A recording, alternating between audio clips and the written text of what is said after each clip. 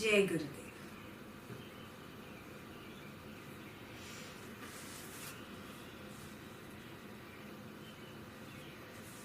So we have to start with page 281. Is everybody up to speed? Okay.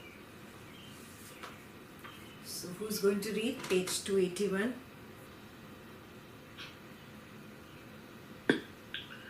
Tasavata said, "O sage, tell me where that mendicant bhikshu is meditating, and I shall at once dispatch my soldiers to wake him up from his meditation and bring him here." Vasistha replied, "O king, that mendicant's body has already become lifeless, and it cannot be received. His jiva has attained enlightenment and liberation. It cannot be subjected to experience of this world appearance anymore.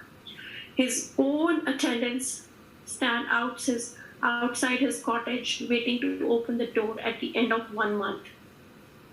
And as instructed by him, they will find that by the time he has abandoned his body and will then install someone else in his place. This Maya, or world appearance or delusion, the nature of limited and limiting qualities and attributes. It is said to be impossible to cross it by ignorance, but by the knowledge of truth, it is easily crossed over. It is wrong perception that sees a bracelet in gold. The mere appearance becomes the cause for such wrong perception. This Maya, unreal appearance, is but a figure of speech. The appearance has the same relation to the Supreme Self that a wave has to the ocean. When one sees this truth, the appearance ceases to be an illusion, to be a delusion. It is on account of ignorance that this long dream world appearance appears to be real. Thus the jiva comes into being. But when the truth is realized, it is seen that all this is the self. Whatever be the notion that one entertains, it is the self alone that appears as that notion. This universe is the result of notions, thus entertained by countless such individuals. The original notions entertained by Brahma has come to experienced by Jiva as a solid reality. But when one attains the purity of consciousness, similar to that of Brahma, one sees that all this is a long dream. It is the notion of the object that becomes the mind, and thus slips from infinite consciousness. It then undergoes varied experiences, but it is the mind interdependent of the Supreme Self. Is not Supreme Self the mind too? Is not the Supreme Self the mind too? The jiva, the body, and all the rest of it are all but reflection of appearance of the Supreme Self. All these moments, etc., happens in the one infinite consciousness, which is forever infinite, and the consciousness not else. Movement and so on are imaginary expression. There is neither motion nor non-motion, neither nor many. What is it as it is? Diversity arises in the unawakened state, and it vanishes when one commences one inquiry.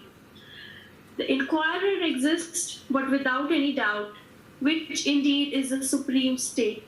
Peace is known as the world. Peace alone is as this world appearance. The ignorance is unreal. There is neither the seen nor the sight. The mind imagines a defect on the moon. It is not there as a defect. The infinite consciousness has consciousness alone as its body or manifestation or appearance. So when Rama was sitting there, even Dashratha is there. This is all happening in the court. Remember? Yeah. So Dashratha speaks in the middle and says that, oh, tell me, where's that bhikshu or that mendicant? Where is he meditating? I will go wake him up. Yeah. But he's enlightened. Enlightened means what? He's become one with the pool of consciousness.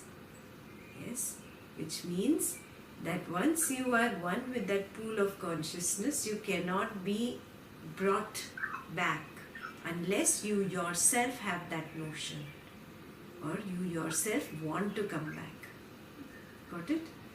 So here he says, O king, the mendicant's body has already become lifeless and it cannot be revived. His jiva has attained enlightenment and liberation. It cannot be subjected to the experience of this world appearance anymore. His own attendants stand outside his cottage waiting to open the door at the end of 1 month as instructed by him. They will find that by that time he has abandoned his body and will then install someone else in his place. As in, it's just a way of saying that they'll find another guru, they'll find somebody else. Yeah, because they still have notions, they still want a master, they're still looking for some scripture, some guru, some external support. But that sage has become liberated, he has moved on. So he is not looking for any external support. Clear? First paragraph is clear? Next paragraph. This Maya or world appearance or delusion is of the nature of limited and limiting qualities and attributes.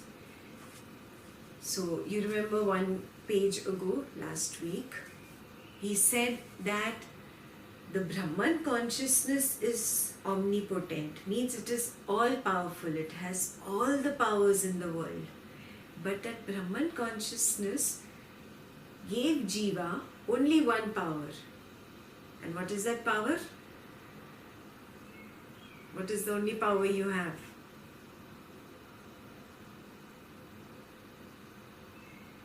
Power to manifest your notions. Perfect. The power to manifest your notions. That is the only power you have. Yeah, that is how your life keeps moving, keeps moving, keeps moving. Yeah, because I have a strong raga or a dvesha, that itself is a notion and that will manifest. And that power, in fact, has become a curse for me. Yeah, because now I'm trapped in the cycle of birth and death and I'm unable to come out of this. Though I am tired, I don't want this, but I am unable to come out of this because I've been blessed with this power or I've been cursed with this power. Yeah?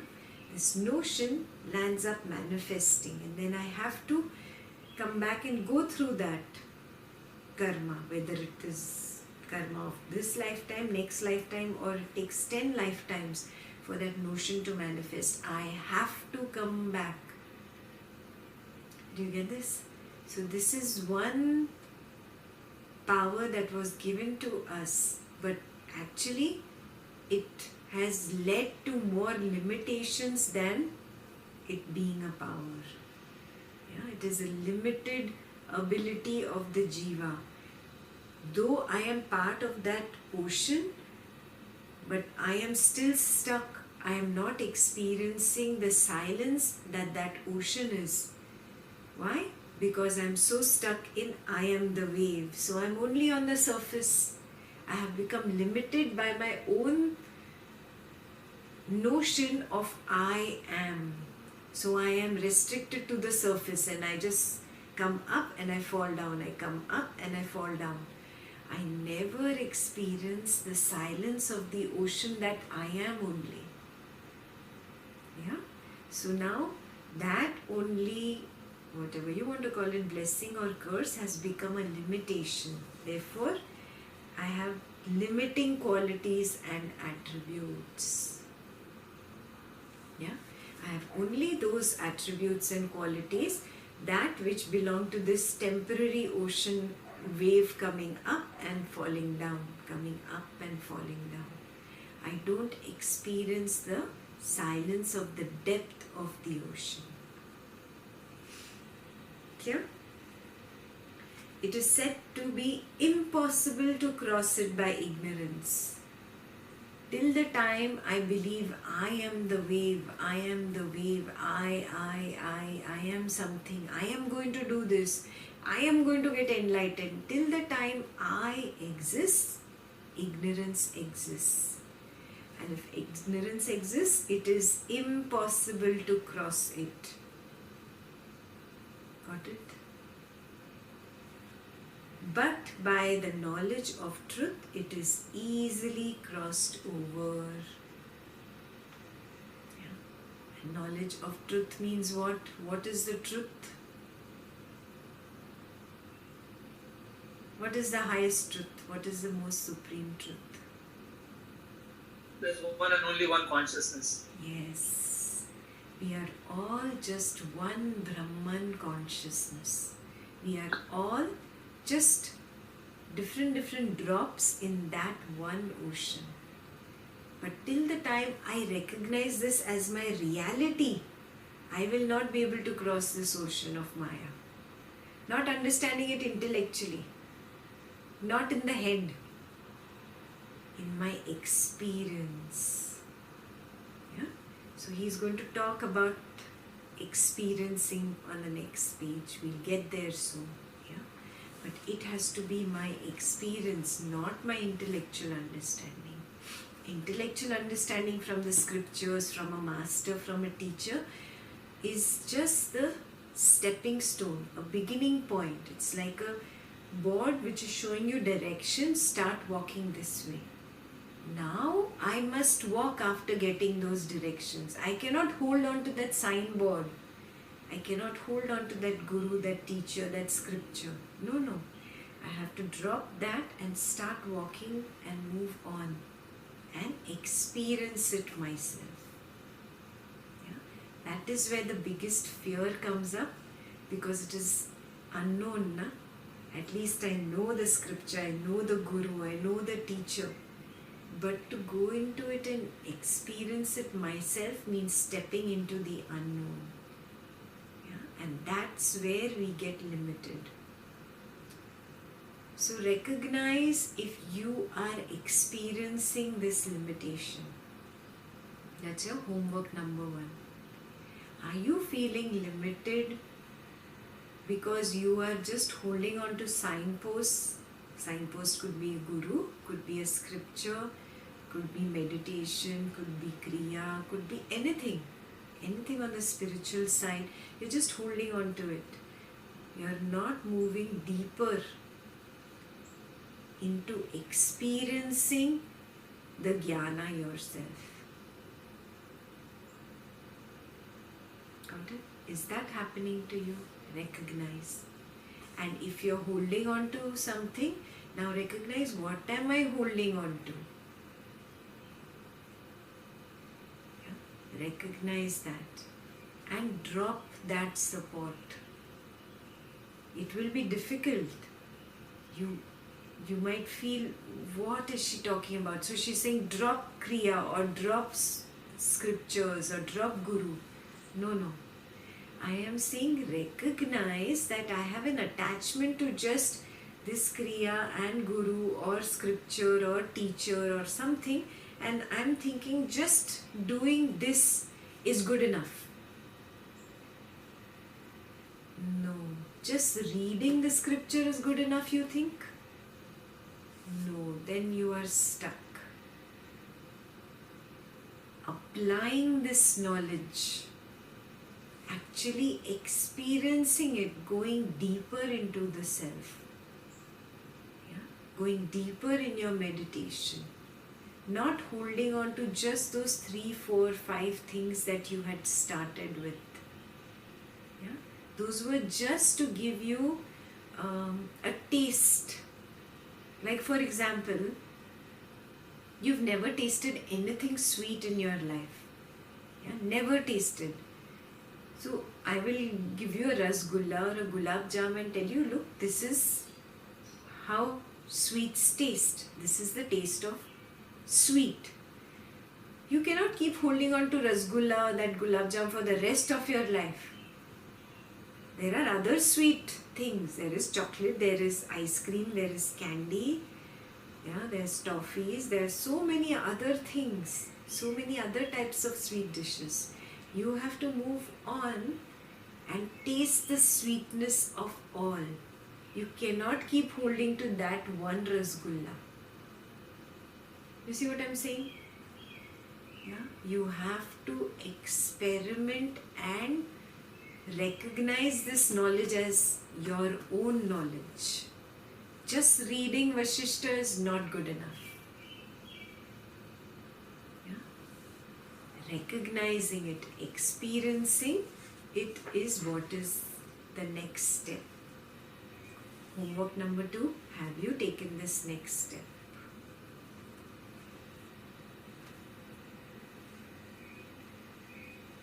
It is wrong perception that sees a bracelet in gold. The mere appearance becomes the cause for such wrong perception. This Maya, unreal appearance, is but a figure of speech. The appearance has the same relation to the Supreme Self that a wave has to the ocean. When one sees this truth, the appearance ceases to be a delusion. It is on account of ignorance that this long dream world appearance appears to be real. Thus, does the Jiva come into being. But when the truth is realized, it is seen that all this is the self. Yeah? So like just we think this is bracelet, but really it is just a delusion that this is bracelet. This is gold. This is gold. Yeah? Everything like this that I see as living, non-living, plant, insect, human, computer, everything is just consciousness. On the path, you come to a point where things stop affecting you. Yeah? Initially, the way people's words used to affect, or situations used to affect, things used to affect, losing something used to affect you. A point comes on the path where nothing affects. Where the people come, people go, situations, good situations happen and go, or bad situations happen. Nothing affects. A stillness comes. That stillness is of being with what is. What is. That state is such where you have pulled one step behind this physical world and you're observing everything, including your own body. And you're observing it all as a drama, a play. The way you observe a movie. Yeah, you see a heroine, you see a hero. Sometimes you become one with the heroine or hero also. You become one with their emotions. But still somebody is watching. Like that same kind of situation happens on the spiritual path where somebody is watching. When you come to that state, that recognition happens. It's like an instant recognition where you see, oh, everything is just like a movie. Yeah? It's not real. It's just illusionary and it's constantly moving. Yeah? That someone watching recognizes that, and that's where diversity drops for you. It doesn't exist. Even if you get a moment's taste of this, what I'm talking, then external people, situation, things, it's okay. Whatever is. Nothing really touches here.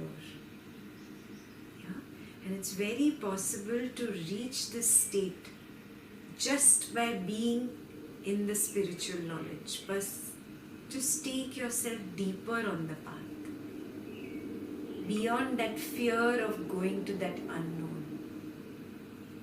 That fear of unknown happens in meditation. That fear of unknown happens just even in application of knowledge. Oh, I know if I just run behind money, what I'm going to get. This is so tangible for me. This money, this name, this power, this position. But dropping this, oh my God, there is a fear. Yeah, there's a fear in dropping this feverishness in the mind to run behind money.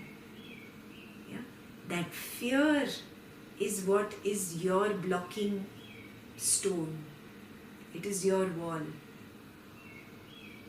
The day you are able to drop this fear and embrace life as it is, okay, I am going to see what will happen if I drop this feverishness in my head about money, name, fame, family, wherever your vasana is stuck, you observe. Okay, let's see what will happen, and just take a step back. I don't mean drop action. You will never be able to drop action. This body needs to act, but that mind does not need to be running a rat race. You see what I'm saying? That mind just runs a race of notions. I want this, no, I want this, no, maybe I want this, or maybe this is better, or maybe this is not better, or maybe I should have done this notions. This feverishness needs to stop. Take a step back. When you stop, when you take that step back, that's the time the fear will come up. And that fear pokes you. It pokes you again and again to again start thinking about it, or running behind it, or being feverish about it. Yeah?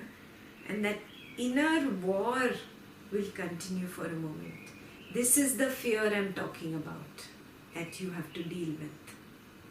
The moment you drop this fear, or you transcend this fear, or you go beyond it, you have the courage to dissolve in it, whichever way you get beyond to the other side of the fear, you will experience what I'm talking about. That someone is just watching everything happen. Yes. That someone is the self. Yeah? That is the day you have gone beyond ignorance. Yeah? So when he speaks about by the knowledge of truth it is easily crossed over, that little sentence is just this, where you start observing everything as a play. That somebody has taken a step back and is just observing everything moving. Yeah? That little sentence is the whole explanation that I gave you. And it happens only after you go beyond that fear of uncertainty or fear of unknown. Got it? It is wrong perception that sees a bracelet in gold. The mere appearance becomes the cause for such wrong perception. So we spoke about the bracelet in gold, we spoke about the wave. All this is just my perception. I am perceiving it wrongly. Why do I perceive something wrongly? Because I get involved. The same thing happens to you when you watch a movie. Suppose everybody likes different genres of movies. Somebody likes action, somebody likes romance, somebody likes tragedy, somebody likes comedy. Wherever you like something, what happens to you? Have you noticed? You lose yourself in that movie. You forget yourself. You start crying or laughing, or you feel as if you are doing that action Your body also starts moving like that. Yeah, you have lost yourself. For a moment, you lose yourself, and then you come back to your awareness. Oh, what am I doing? Have you noticed? And you say to yourself also, oh, why am I crying? And you wipe your tears and you look here and there. Oh, sorry, I'm crying, and sorry for being weird. Yeah, those few moments, what happened? You lost yourself in that movie, no? Those few moments actually expand that to our entire life. We are lost in this movie. And just few seconds and awareness comes where you automatically take a step back and you become a sakshi, a witness. Just for a few seconds that happens. But again you lose yourself. Yeah? That losing yourself in people, situations, things outside is the wrong perception that he's talking about. Got it? Yeah, that correct perception just happens for a moment, for a second when I am in Sakshi Bhav, in witnessing. And that mere appearance is the cause for such wrong appearance. And this Maya is but a figure of speech. The appearance has the same relationship to the Supreme Self that a wave has to the ocean. I explained the wave and the ocean also. When one sees this truth, the appearance ceases to be a delusion. It is on account of ignorance that this long dream world appearance appears to be real. So why is all this appearing to be real? Just because of that Maya, that ignorance that I am lost in. That few moments that I was lost in the movie, in this particular lifetime, I'm lost continuously, 24/7. Just fractions of seconds do I come to that awakened kind of state, yeah, which sometimes doesn't even happen for fractions of seconds, right? That is why the jiva comes into being, because the jiva is lost in this delusion. But when the truth is realized, it is seen that all this is the self. Clear? I explained the paragraph twice now. Whatever be the notion that one entertains, it is the self alone that appears as that notion. Yeah? So, my notion manifests.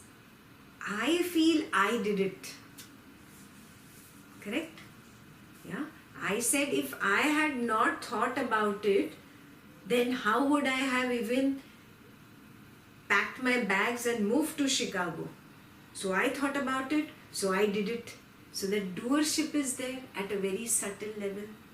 Yeah? But here Vasistha is clarifying it. If a notion leads to a manifestation, who's doing it? It is the self alone that appears as the notion. And therefore that self only manifests. This universe is the result of the notions thus entertained by countless such individuals. Get it? We have spoken about this. We all had the notion of learning Yoga Vasistha together. Yeah? And imagine we are countless people. So we are all in each other's dream. Yeah? And we are doing exactly the same thing because we all entertain the same notion. The original notion entertained by Brahma has come to be experienced by the jiva as a solid reality. So there is always the first jiva who comes out of the pool of consciousness and says, I am the creator, or I want to be the creator. Yeah? That first jiva out of the pool of consciousness is called Brahma. Yeah? As in, he does not create, but the pool of consciousness is no more a pool of consciousness because of that first I. Got it? It's broken now.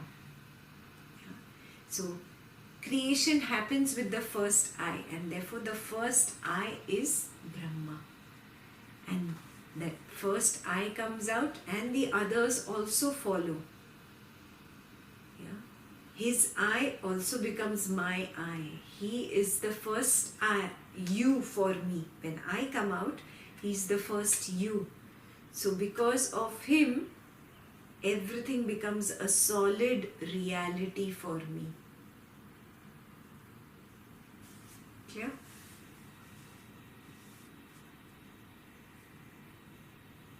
But when one attains the purity of consciousness similar to that of Brahma, one sees all this as a long dream.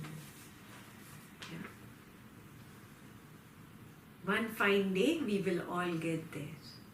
Yeah. Because somewhere or the other, all of us have this notion of wanting to go back, of wanting to be enlightened. So that notion was already planted years ago, yeah, maybe lifetimes ago, we don't know. One day that is going to manifest and we are on our journey back. It is the notion of the object that becomes the mind and thus slips from infinite consciousness. It then undergoes varied experiences. But is this mind independent of the Supreme Self? Is not the Supreme Self the mind too? The jiva, the body, and all the rest of it are but reflections or appearances of the Supreme Self. All these movements, etc., happen in the one infinite consciousness, which is forever infinite and consciousness, not else. Movement and so on are imaginary expressions. I'll stop there. Yeah, to understand, there is this one Ekta, one body-mind complex called Ekta. If there are 100 mirrors, small mirrors kept all around, there will be 100 Ektas. Yeah. Now, if I look into this mirror, I can see all the other mirrors also. Yeah. So then there will be countless Ektas now. Yeah, but are there really so many Ektas? No, there is just one. Correct? The rest, how many ever countless Ektas I see in those 100 mirrors, they are all reflections. Like that only, everything is just a reflection of my own mind, my own notions. Whatever I wanted has manifested in front of me, and it is just a reflection of my mind. Yeah? So, whatever I am actually wanting is happening. May not happen exactly the way I want, but I attracted it in some weird way of mine, either through raga or dvesha. Yes? So, homework for you. You look around in your life very, very seriously and see what is a reflection of your own mind. It could be people, it could be situations, it could be things.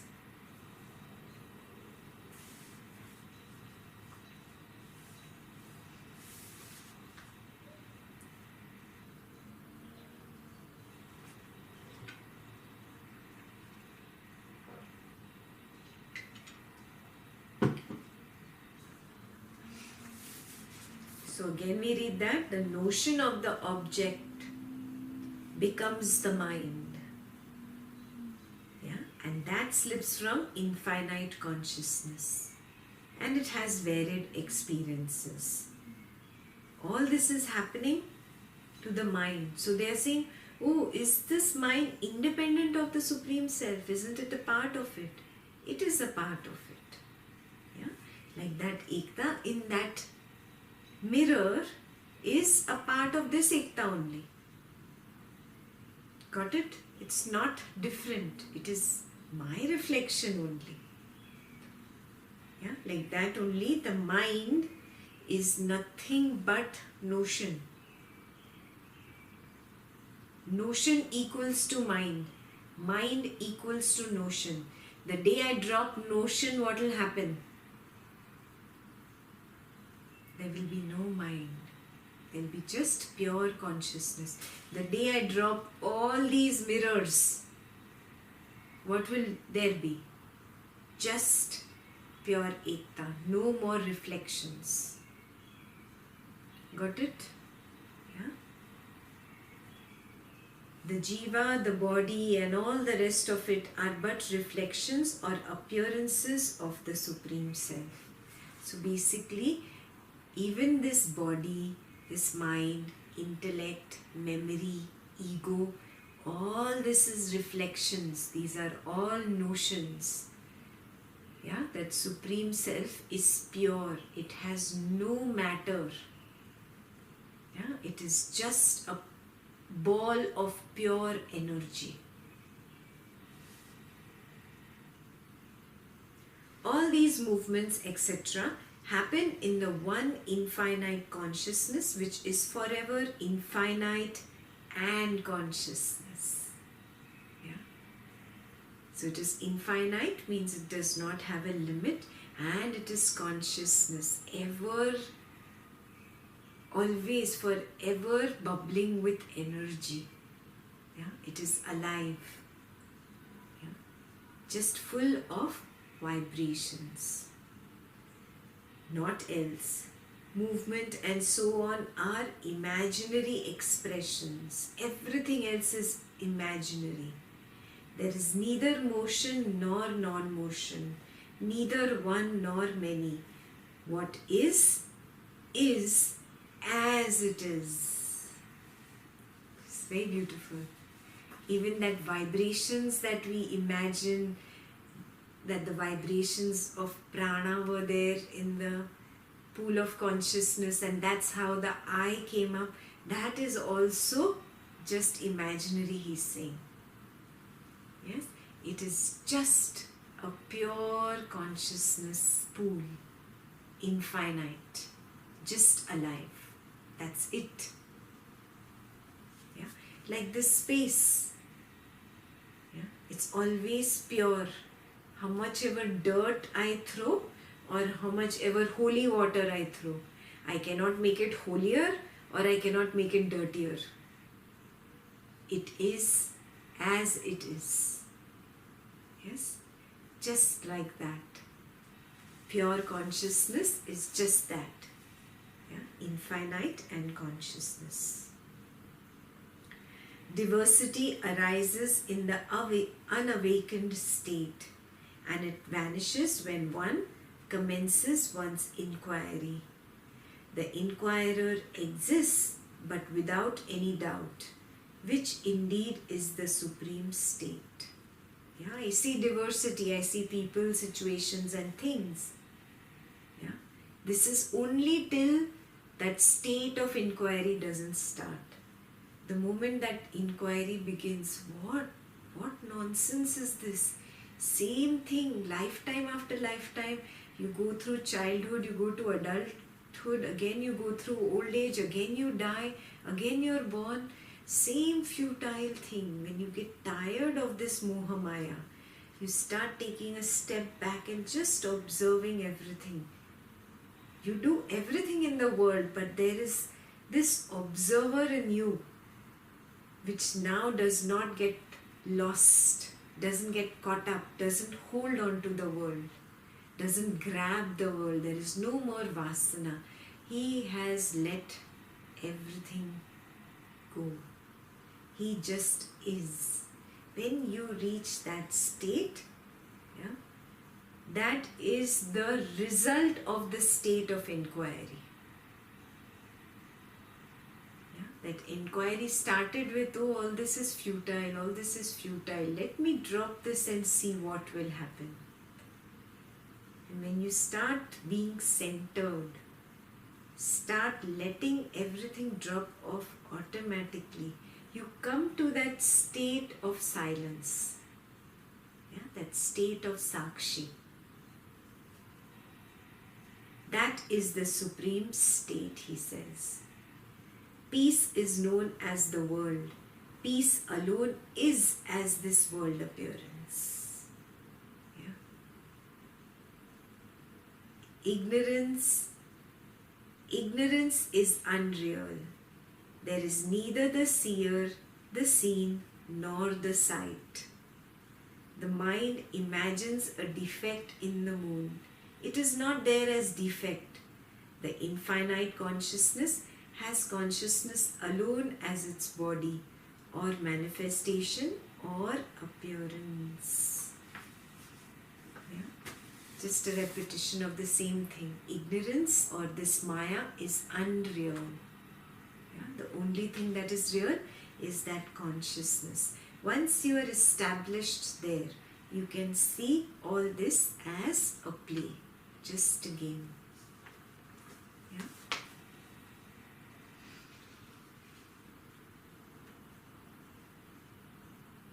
The infinite consciousness has consciousness alone as its body, or manifestation, or appearance. Very beautiful. Yeah. The ocean cannot express itself in any other form other than water. So the so-called wave that thinks I am the wave is also water. And deep down in the bed of the ocean, that silence is also the water. Just like that, consciousness in its deep silence form is also consciousness, and where it has appeared as little waves called Shruti and Prashanjit and Mani and Shalini, these waves also are the same consciousness. So its manifestation is also the consciousness. Clear? This page is clear?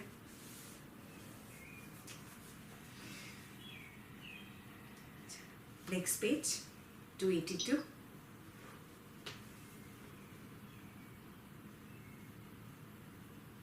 I can read. Vasistha continued. O Rama, remain forever firmly established in that state of utter freedom from movement of thought, resorting to the silence of deep sleep.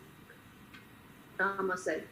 Third, I have heard of silence of speech, silence of the eyes and other senses, and I have also heard of rigid silence of extreme asceticism. But what is the silence of deep sleep? Vasistha replied, Rama, there are two types of Muni, a sage who observes mauna or silence. One is the rigid ascetic and the other the liberated stage. The former forcibly restrains his senses and engages himself in pride, devoid of wisdom, kriya activities, with fanatism. The liberated sage, on the other hand, knows what is what, the truth as the truth and the unreal as unreal. He is endowed with self-knowledge, and yet he behaves as any ordinary person here. What is regarded as silence or mauna is based on the nature and the behavior of these muni. Four types of silence have been described. 1. Silence of speech. 2. Silence of the senses, eyes, etc. 3. Violent restraint, as also. 4. The silence of deep sleep. There is another known as silence of the mind.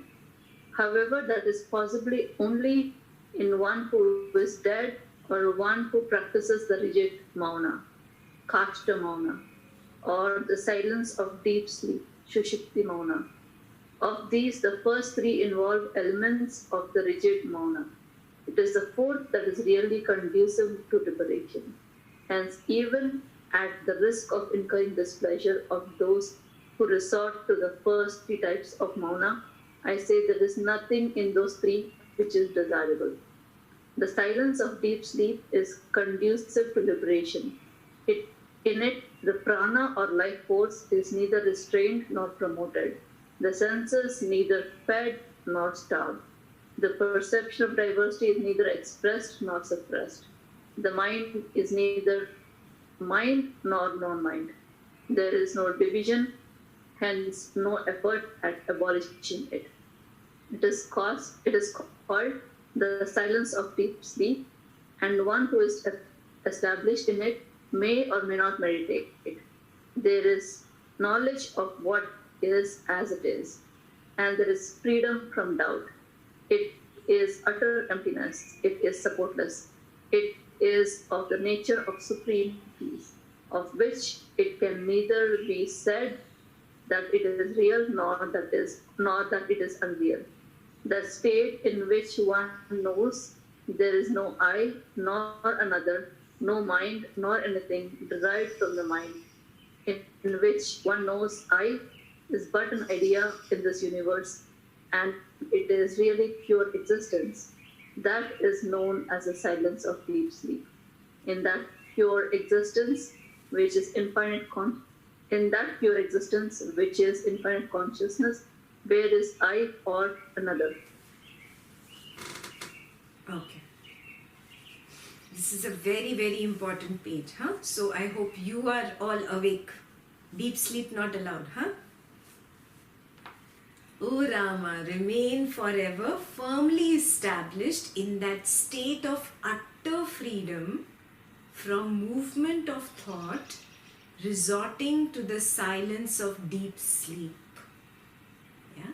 So he's described the state of deep sleep as utter freedom from movement of thought. Yeah? That is the state of deep sleep. Now, he's not talking about the sleep that you sleep in the night. Yeah, this state of deep sleep is that which a muni, a rishi, a sage, a tapasvi or a guru or siddha attains at enlightenment. Yeah, it is something that you attain with eyes open. You remember a few 40-50 pages ago we did Turiya Atita, the state beyond Turiya Avastha. This is that. Okay, now we'll understand what this is. Rama says, I have heard of silence of speech, of eyes, other senses, and rigid silence of extreme asceticism. But what is the silence of deep sleep?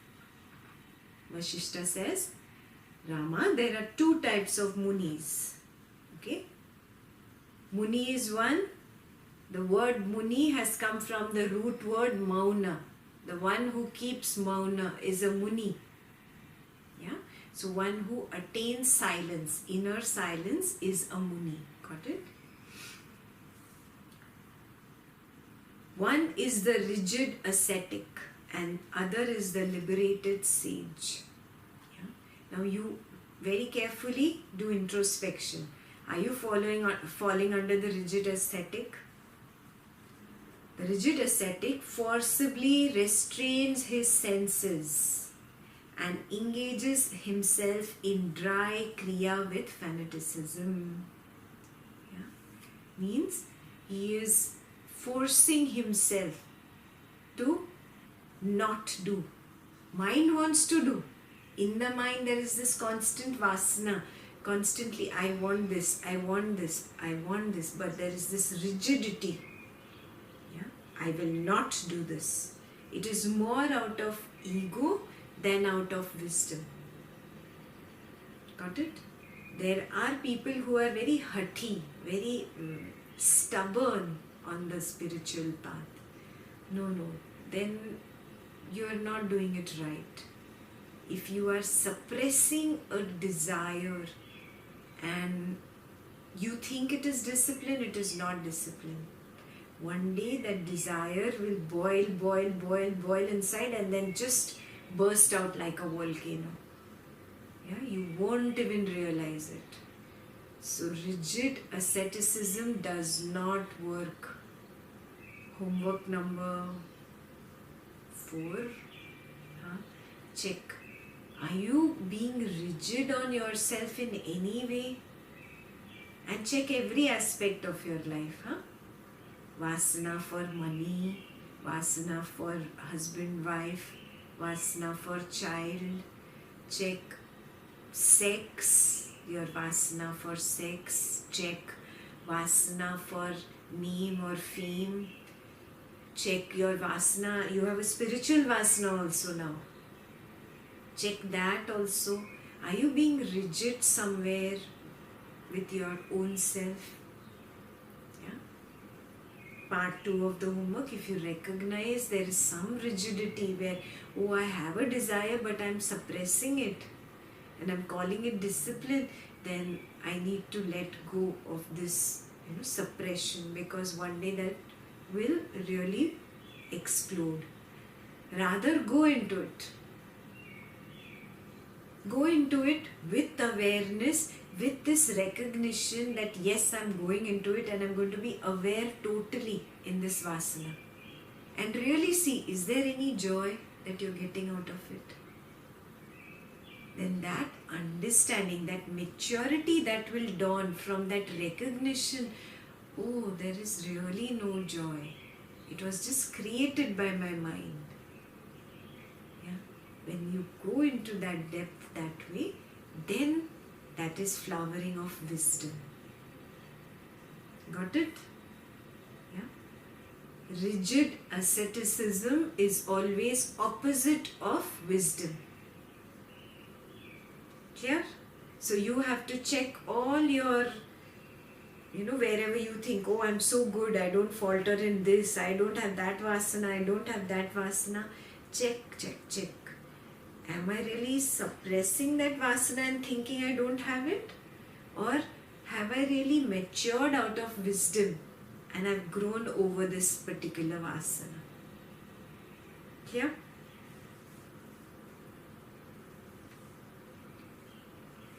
The liberated sage, on the other hand, knows what is what, the truth as truth, and the unreal as unreal. Means what? Mind cooks up a story, no? Oh, sex will give me lot of pleasure, yeah? And you say, no, I have gone beyond sex, I don't want sex. You might be suppressing a desire. Sometimes it comes up in you and then you suppress. No, I am a yogi. Yeah, I will not do this. And you keep suppressing yourself. Check, if you suppress yourself, you really have not matured over that Vasana. So you don't know real as real or unreal as unreal. You are fooling yourself that I know this to be real. Are you seeing this? Yeah? In fact, go into it. ठीक है, I have this Vasana now. Let me go into it with full 100% awareness. 100% Sakshi Bhav. Let me see. When you go into it with 100% Sakshi Bhav, then you will know real as real, unreal as unreal. Yeah? So what will be the unreal as unreal? Oh, really? My mind was just cooking up a story that I will get joy from this. Yeah? Mind is unreal. Yeah? And really the joy is not in the act, the joy is in me. Yeah? It's got nothing to do with accomplishing this. Yeah? The joy is inside. Then you will know real as real. Got it? Unless you have reached this understanding by your own experience, yeah, unless you've not reached this point, you are fooling yourself. Yeah, lots of people on the spiritual path do this to themselves, not knowing, yeah, unknowingly. So there's nothing to blame yourself. Just look within. Recognize, am I doing this? Okay, I really need to now prove it to myself that I have gotten over this Vasana. I am not fooling myself. Yeah, let me really check, introspect.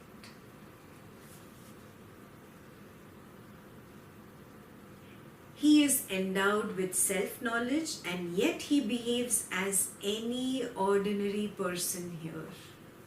Got it? This is a very important point. We have this big Manohar Kahani in our head that somebody who is liberated should start walking on water, should levitate, yeah, should have a halo, light should be there around the person. Oh, no light, not enlightened. No, no, no. Stop expecting such miracles. There are many, many people around us who are liberated, who have reached this stage where they see real as real and unreal as unreal, but they behave absolutely like ordinary people. Yeah? In fact, if somebody behaves special, you should know there is something gochi. Something is wrong. Yeah? When a person behaves absolutely ordinary and that person feels and seems and walks and talks just like you, yeah, that is the person who has reached you.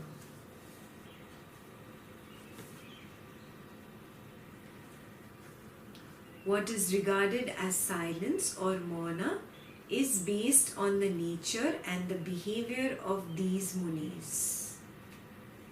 Now, 4 types of silence. Okay? First, silence of speech. We have all done this. Yeah? We have been working on silence of speech. Yeah? Silence of the senses. So, some of you must have done it in Patanjali, that I will not steal, I will not hoard or collect. You remember aparigraha, asteya. So many people take vows. So like that, some people have taken vows that I will not watch TV. So this is restraining my sense of sight. Yeah, some people restrain whatever, they are too much into food. So a lot of people took the vow of staying away from a particular food. Yeah? So that is the second one, silence of the senses, where you take vows. Third, violent restraint. You must have seen some tapasvis walk on fire. Yeah? They are being violent on their bodies. Some of them hit themselves with a hunter. Yeah? That all these are, of course, will lead the mind to a certain kind of silence, but he says it's violent. Yeah? And the fourth is the silence of deep sleep, which he will talk in detail now. There's also another silence of the mind, but he says that is attained only when one is dead or when one practices kashtamana. Yeah, kashtamana, if you know, in Jainism also it was there, where you just abandon everything, everybody, you become a recluse, you're in the mountains, you don't indulge in anything. Yeah, so it is not only mauna of, speech, it is of all the senses, and it is obviously very violent also. You're away from all your loved ones. So you're actually very violent on your own heart, your own emotional side. That kashtamana, one way you can get there, but it is extreme, a very extreme kind of mona. Yeah, where you become a recluse. Yeah, but does that silence the mind? Yes, you can get there. Yeah, there are munis, who have gotten there. They are digambars, they are called. Yeah, if you've seen in India, they wear, I don't know what is it called, some patti like thing on the mouth. Mupatti. Huh? It is called Mupatti. Mupatti, yes. And they just take this vow of never ever speaking. And the most extreme ones leave the samsara and go away. At least some you see in the streets and all in India, but some just abandon the world and go away to the Himalayas. That is kashtamana, where you will not speak to anybody, anything. And slowly, obviously when you're not speaking here, the mind also stops. After a while, what does... Okay, let me tell you. Basically, you don't give it any stimulus. Correct. So you have to understand, what is your mind really? Your mind is an echo of what you speak and what you hear. If you take away the power of speech and you take away the power of hearing and speaking through sign language also, yeah, you take away all these things, there will be no thought. The stimulus for thought is this world. If you drop this entire world and go and live alone in the Himalayas, the stimulus starts dropping off. So mind is nothing but an echo, really. That's why you never think something new. It's always a repetition. Are you getting this? Yeah, it's always a repeated word. It's a record. It's an echo. So when you really can manage to do Kashtamana in its extreme sense, where you abandon the world for good, yeah, you can reach there.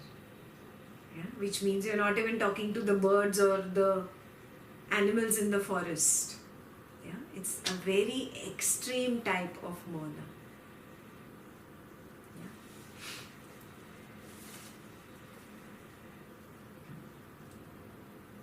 And the next he says is Sushupti Mona, which is the Mona of deep sleep, the silence of deep sleep. Of these, the first three involve elements of rigid Mona. It is the fourth that is really conducive to liberation. Hence, even at the risk of incurring the displeasure of those who resort to the first three types of Mona, I say that there is nothing in those three which is desirable. Yeah, one slap he give us, where we think, oh, by silence I'm going to get there, or by whatever, restraining myself, by taking vows that Patanjali says I will get there. One tight slap he gives. He says, no. Those are just stepping stones. Those are just like that taste of that first sweet, that first rasgulla. Yeah, it's just a taste. That's it. It is for the sake of tasting. You have to now dive deeper into it. That is why the first three are not conducive to liberation. They might just give you a taste. Only the fourth is conducive to liberation. Yeah. So are you displeased? Yeah. Ask yourself. The silence of deep sleep is conducive to liberation. In it, the prana or life force is neither restrained nor promoted. Very important. We think doing pranayam is what? Restraint of prana, no? Control of prana. Yeah, that is going to take me to liberation. Yeah, he's saying no. In this fourth kind, neither is there restraint of prana, nor is there promotion. So what is the meaning of that?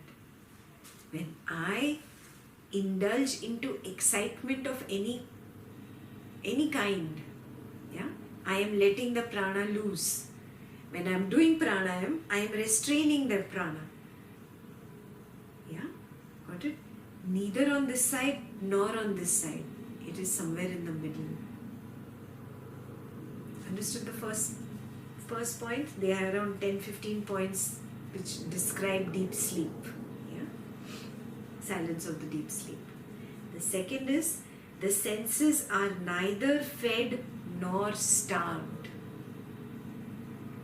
So I understand feeding. Yeah, too much TV, too much being lost in the world of sight or world of sound, giving too much importance to others' words, or giving too much importance to music, giving too much importance to speaking, giving too much importance to eating. Yeah, these are the 5 senses that we get lost in. Yeah, neither getting lost in everything nor starving. Got it? Neither of the two extremes will get you there. He's saying in the middle. The perception of diversity is neither expressed nor suppressed. We keep talking, no? Oh, all this is consciousness, all this is consciousness, this phone, this computer, this human being, this insect. 10 minutes before I only told you, this is expression. He's saying neither expressing this nor suppressing it. And not stopping myself from expressing it also. In the middle. Neither here nor there. The mind is neither mind nor non-mind. Yeah? So it is not even that constant echo, blah, blah, blah, blah.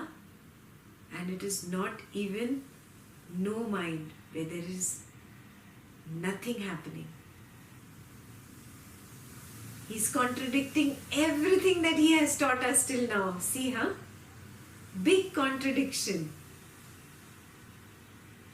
There is no division and hence no effort at abolishing it.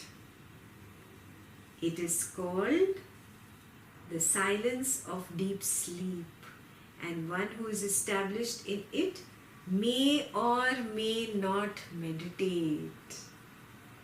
This is the most revolutionary thing Vasistha has spoken about. Yeah. Now don't start thinking, oh good, yeah, I don't need to meditate from today. No, he's not saying that. He's saying a person who has attained this state of silence of deep sleep. He may meditate, he may not meditate, that's fine. Because for him, there is no division. There is nothing like inside, only when I go in, I am in the deep silence or in the self. Even with eyes wide open, he is in the self.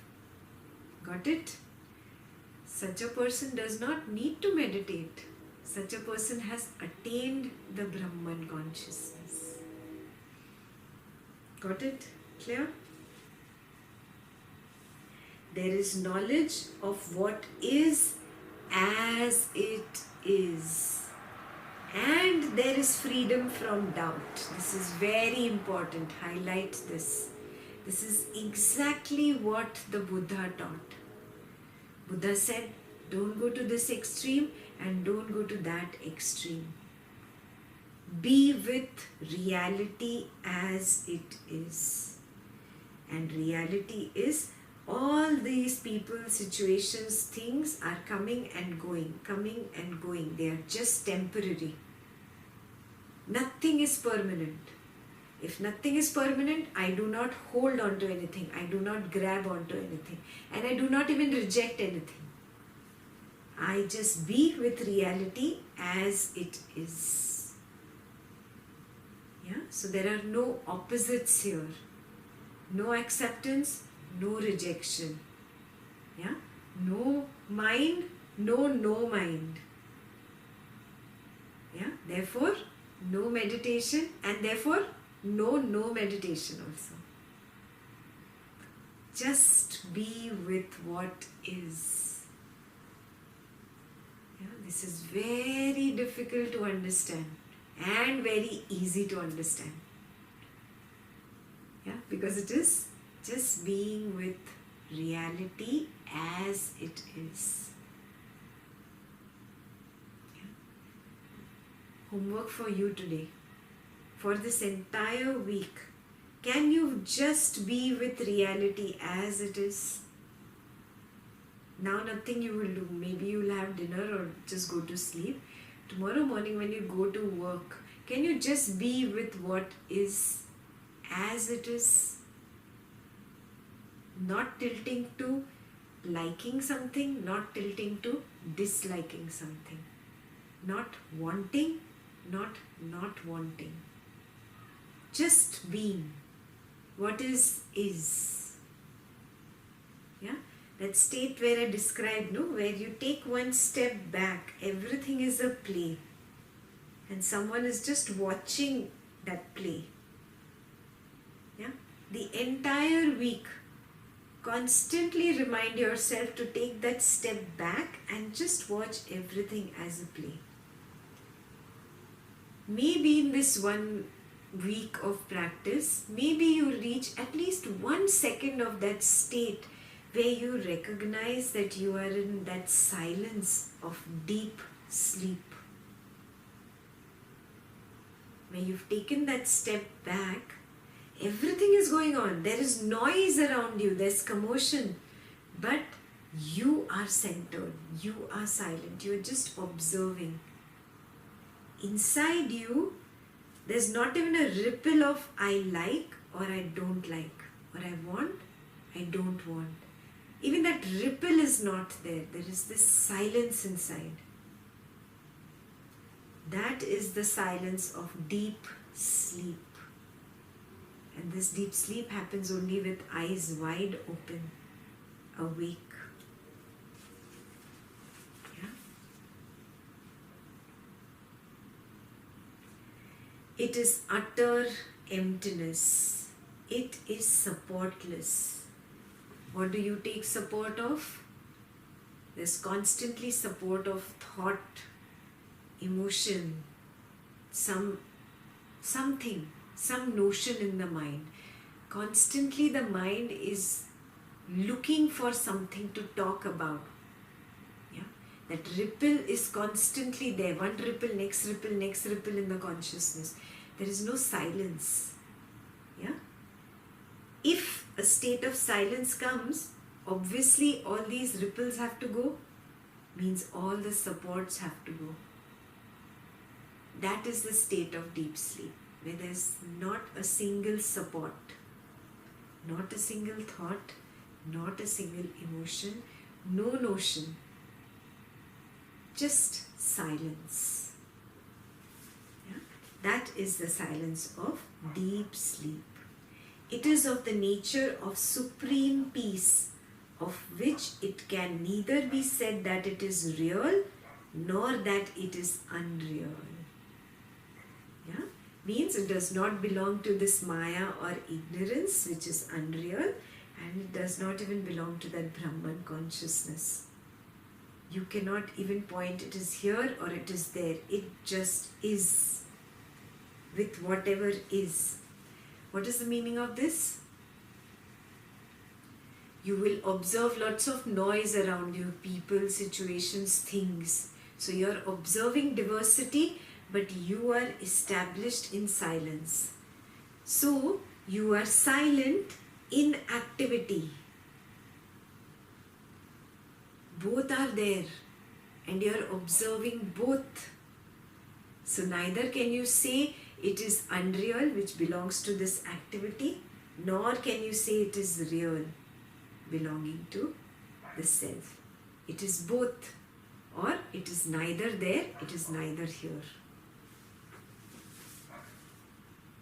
That state in which one knows there is no I, nor another, no mind, nor anything derived from the mind, in which one knows I is but an idea in this universe, and it is really pure existence.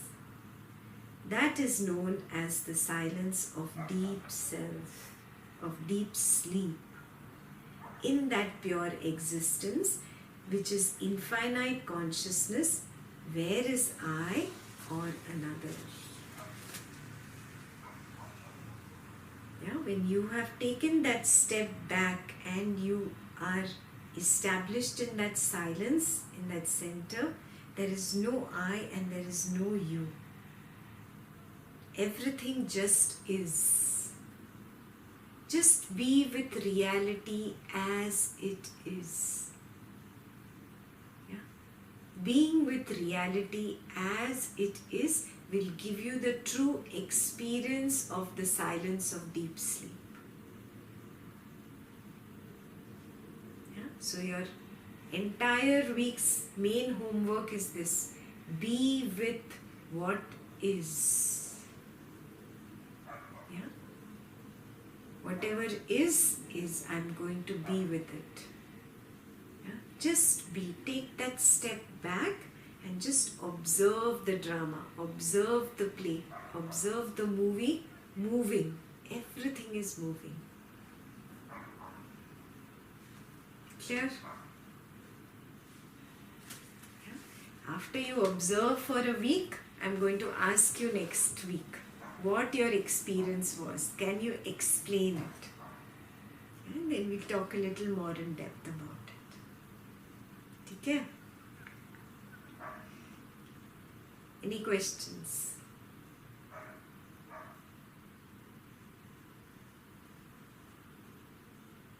No? All in deep sleep? I'll see you next week. Okay? Jai Gurudev.